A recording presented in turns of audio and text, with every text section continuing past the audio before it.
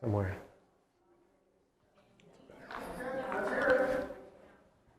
All right.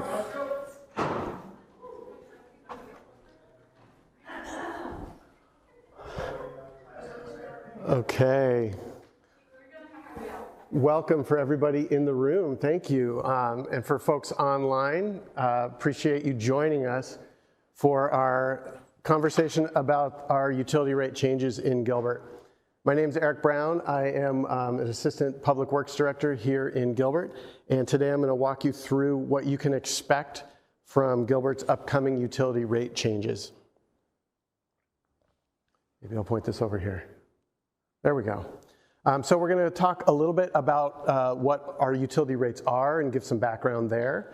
And then we're going to go through the two different funds that are being adjusted this year.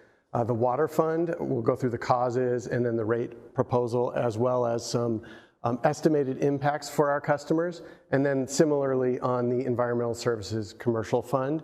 And then I'll explain what the next steps in the process are. So let's go through that rate background. Let's go back a little bit.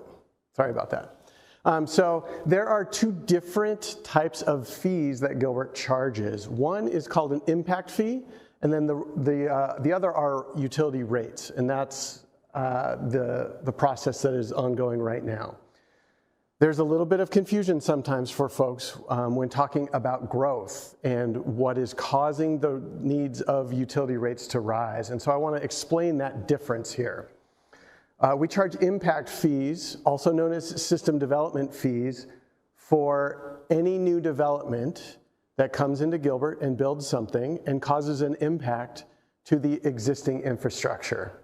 So these fees are assessed when that new development occurs, and they're calculated and assessed for those expansion-related improvements. So if you're thinking about our water infrastructure, any kind of additional growth-related items for water production to develop that new water supply or to distribute that water to that new development. So this is the idea that growth is required to pay for its impact to expand the system. These are not fees that are used to run the operating system or anything like repair and replacement of the existing system. So those fees are collected and remain separate in order to have growth pay for itself and the impacts it causes. On the other hand, we have utility rates, and these are user fees for you, our customers, who use our utilities. And these are those monthly bills based on your level of service, and we calculate those based on a cost of service model and a rate study report. That rate study report is developed and it is online on our website, and I'll show you in just a minute where you can find that information.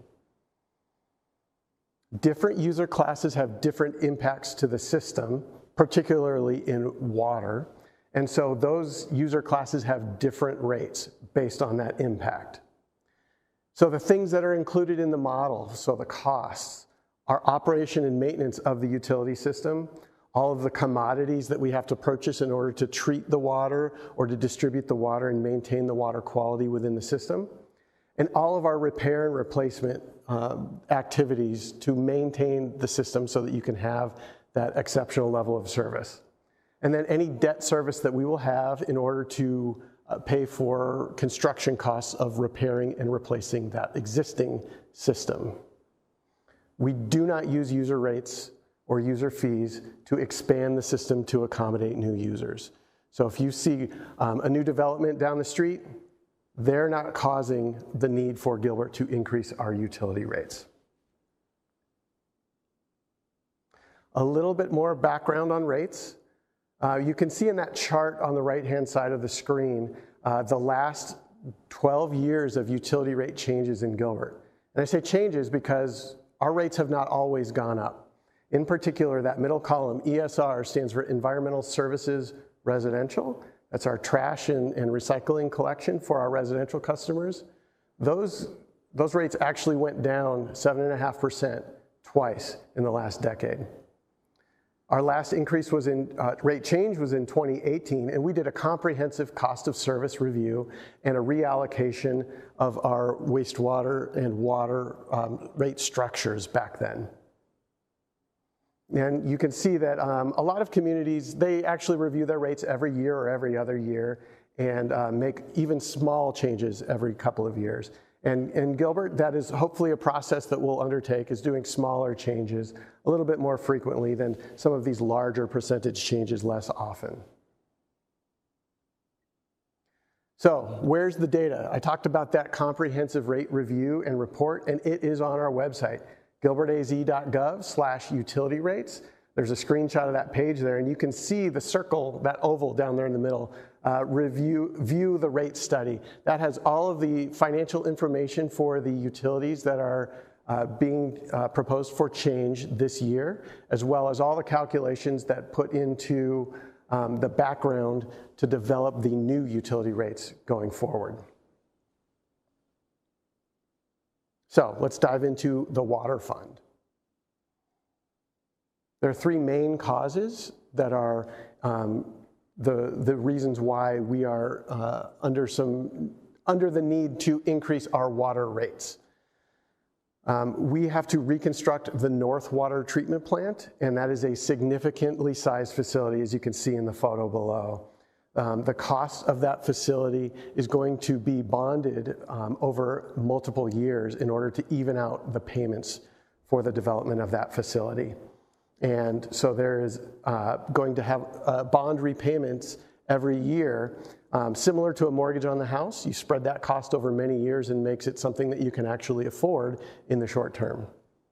We've got increased construction costs for our capital improvement plan. And capital improvement plan sounds like building new things. In many cases, it's repairing and replacing existing infrastructure out there.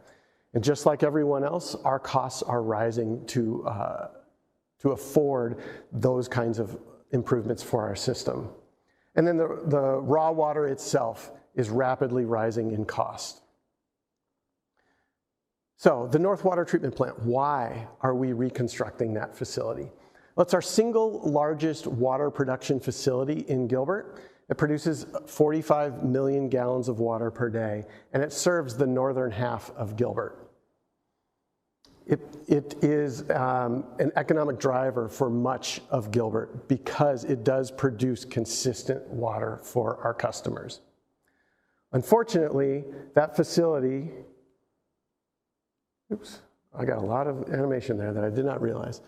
Unfortunately, that facility is reaching a critical point in its life cycle where it is beginning to not retain its ability to treat water to our current high standards, and it is in need of some significant improvements in order to bring it back up to operating standards. And so staff and town council reviewed the facility and its condition and recognized that there was a significant investment needed. In addition to investments just to get it up to operating standards, we needed to add on some additional treatment facilities in order to meet new water quality standards and changing water quality coming in off the watershed that provides the raw water for this facility. Because of those conditions and the needs for that investment in that infrastructure, Council has gone ahead and authorized the reconstruction of this facility at an estimated cost of over $400 million. And as you can see, $400 million is a large sum of money in order for us to be able to reconstruct that facility. And so we have to bond for something that significant. Now, there is some costs associated with that dedicated to new growth. And so we are apportioning off those growth-related items and charging those to the system development fees. But the bulk of this cost is going to be paid for out of utility rates. This is the number one reason why these utility rates are going to be increased this year.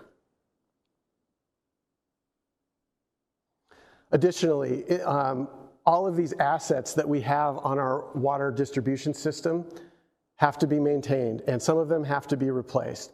And the cost to replace all of these assets is significant, and our construction costs are increasing By one estimation, they've gone up by 20% in the last year. So we have these costs that we have to pay for in order to maintain that service level that you've grown accustomed to, and they're rising rapidly. And so we need additional revenue in order to maintain the system to the desired level of service that you've come to know with Gilbert Utilities. And then lastly, you can see the raw water costs, the commodity that we purchase in order to treat and deliver to you. That commodity cost has taken up a larger and larger portion of our operating budget over the years. And because of that, we have less available budget to maintain and repair and replace the existing system. These are all causing the need for additional revenue in the water system. So let's get into some actual details of what this utility looks like. The water fund is an individual enterprise fund in the town of Gilbert. By enterprise fund, I mean this is not a tax-related item. It is only funded through user fees, and because of that, all of those fees and rate revenue goes directly back into the operation, maintenance, and repair of the water utility. None of those funds go to pay for anything like police or fire or parks or streets. None of those funds go back and forth among general Gilbert government services or this utility fund. I'm going to orient you to this graph. We've got another one similar to this later, and it's the exact same setup. The yellow horizontal line is our minimum fund balance. So this is directed by council financial policies that we must maintain a minimum amount of money available in these utility funds every year in order to deal with incoming revenue and expense fluctuations throughout the year, as well as giving ourselves some cushion in case of a major expenditure that comes up within the year. So that minimum fund balance is our minimum target that we have to have in the bank at the end of the fiscal year every year. The orange bars are what happens to our minimum fund balance if we do nothing. And as you can see, we're in a negative cash flow situation, and at the end of our fiscal 23 year, we would be below that minimum fund balance. And of course, in the outer years, we would be below zero. The blue bars are what happens with the proposed rate increases with our minimum fund balance. And you can see that at the end of the 5-year plan, in 2027, we're projected to be very near that minimum fund balance. We don't try to balance this fund for 1 year. We try to take a little bit longer approach in order to lessen kind of the back and forths that could happen with year-to-year expenditures, especially with our capital improvement plan. So what are these actually, now that we've seen the revenue, let's look at what actually happens for you, our customers. Our water rates are made in 2 different categories. We've got a fixed meter base fee, which is based on the size of the water meter serving your property. Our typical residential customers will have a 3/4 inch meter, and that base fee of $16.30 is projected to go up to $21.13. All of the remaining meter sizes are increased based on the capacity of that meter compared to that 3/4 inch meter. So all of you, our business customers, might have very different meter sizes based on your water use at your facility. And so you can see those different impacts. The other component of our water rates is the volumetric rate. And our non-residential customers are on the very far right-hand side of the bottom graph there. We've got 2 different rates. These are billed at a per 1,000-gallon increment that we bill you on every month. So we read your meter and we check, okay, if you used 10,000 gallons of water last month, we bill you 10 times your volumetric rate. So we've got a domestic rate, which is the water used indoors that goes back down the drain in the sewer that we collect and reuse.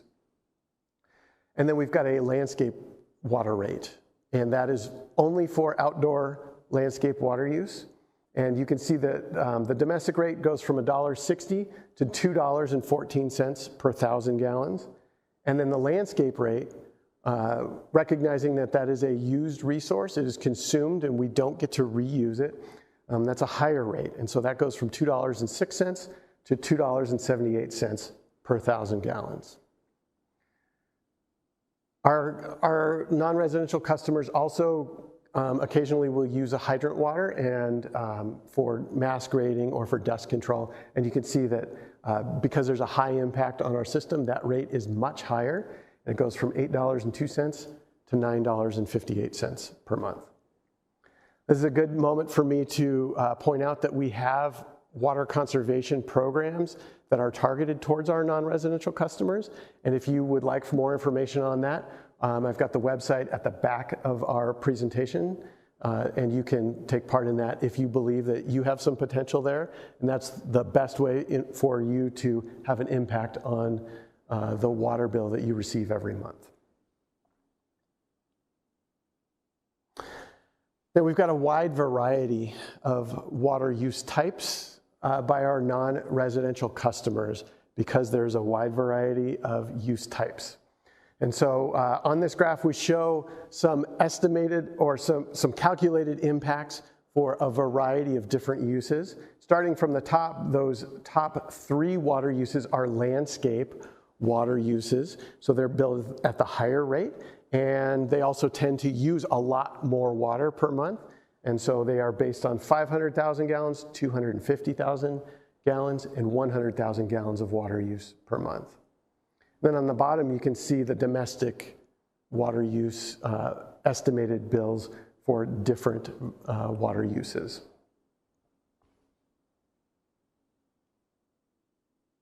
Okay, now, if you are a Gilbert business, you more than likely utilize our water service, but you are not required to use our environmental services utility.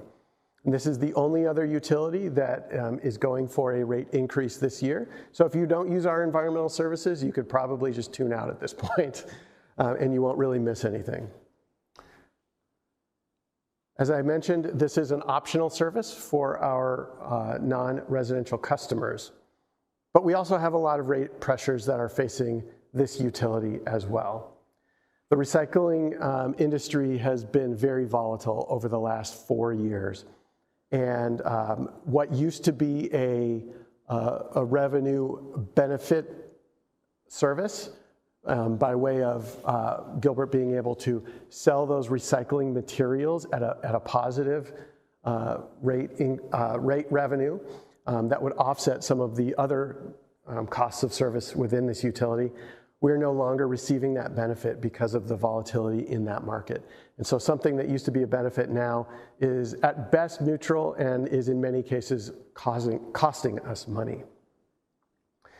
We've also had a lot of increased volume as well as tipping fees, which are the costs for us per ton to dispose of materials at the landfill. Those have gone up on a pretty normal rate year over year. And then since it has been such a long time since this utility has had a rate increase, we've had some significant one-time costs to repair and replace some infrastructure that have not been accounted for within these rate models. So those have drawn down some of the balance in our fund. Of course, so we've had several touch points over the last couple of years from town staff to our town council. I just want to highlight a couple of them. November 2018, we actually did a rate decrease for our residential customers. Our commercial customers did have a slight rate increase at that time. As we saw the volatility in the recycling market over the years, we started recommending some recycling fees as well as doing some pilots in our recycling programs in order to decrease costs as much as possible for us. At this point, we have not actually developed any recycling fees or put any into effect. And our town council, in fact, in April of this past year, allocated some of the CARES Act funds to the residential and the commercial environmental services funds in order to stave off this rate increase a little bit longer. Similar to the water fund, you can see our minimum fund balance line in yellow and what happens with our existing rates on the orange bars. We go below minimum fund balance at the end of this fiscal year, if nothing is done, and we go below zero in 2024. But with the blue bars, with the proposed rates, we expect to be balanced at the end of this 5-year period.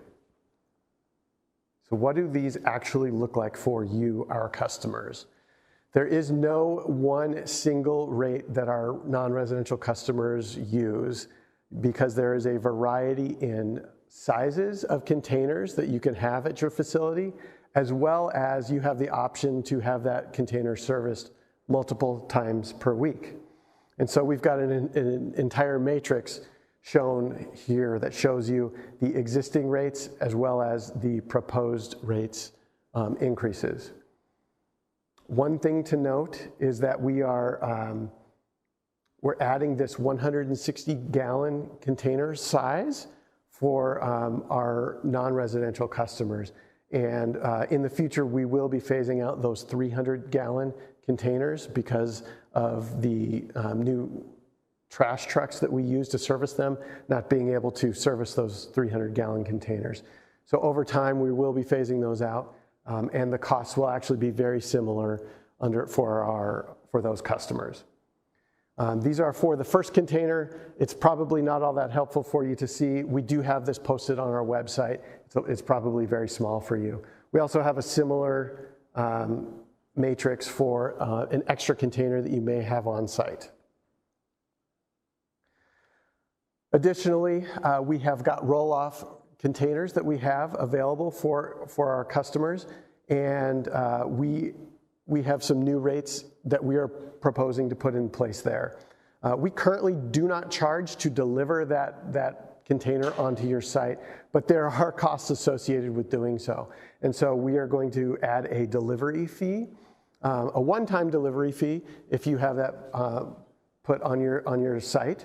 And then every time we haul that container, the roll-off haul, that cost will go up about $23.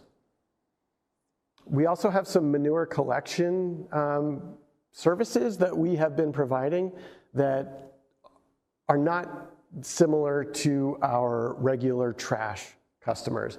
It costs us a lot more to dump those manure containers because they're a lot heavier. And so we are adding a new fee for manure collection for those users that use that kind of facility. And then we already have on the books, approved by council, a cardboard collection fee of $35, but we have, to this point, not charged that fee because of the earlier mentioned benefit that the fund gets from the recycling of that material. Up until now, it was actually cost beneficial for us to collect that cardboard, and now it is no longer the case. So we are going to start collecting that fee as well. And then lastly, our disposal per ton. This is that tipping fee. Our cost to dispose of that material at the landfill has gone up, and so we are going to charge the commensurate increase for that disposal. So I've gone through a lot of details. It's, as I mentioned earlier, it's very hard to do for a non-residential customer to just recommend what an average cost increase will be because of the variety of uses and service levels. And so you, our customers, can go to that utility rates website, and we have got the utility bill calculator link right there in the middle in orange, where you can add in your actual level of service, the times per week your container is serviced, the amount of water you used last month, and it will calculate the change in your utility bill that you can expect going forward. So the last few things I have is that these next steps. Remember I said that we're only actually proposing to increase 2 of our funds, our environmental services and our water fund. We are not recommending any changes for our environmental compliance fee, our wastewater charges, or any reclaimed water fees this go around, because we don't do increases when we do not need them in Gilbert. This is the first of 2 open houses that we have for our customers, and in February 22nd is when council will consider the adoption of these rates. If council does approve these rates at that time, they will go into effect on April 1st, and that's when the new rates will be billed for your usage.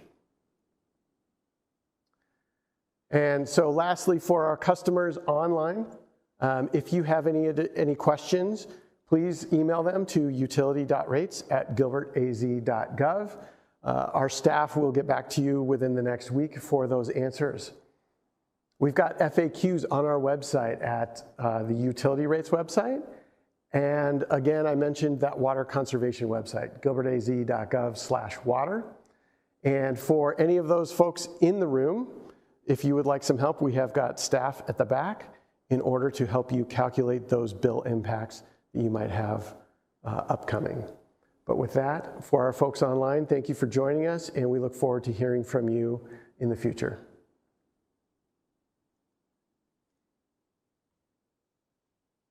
All right, thank you.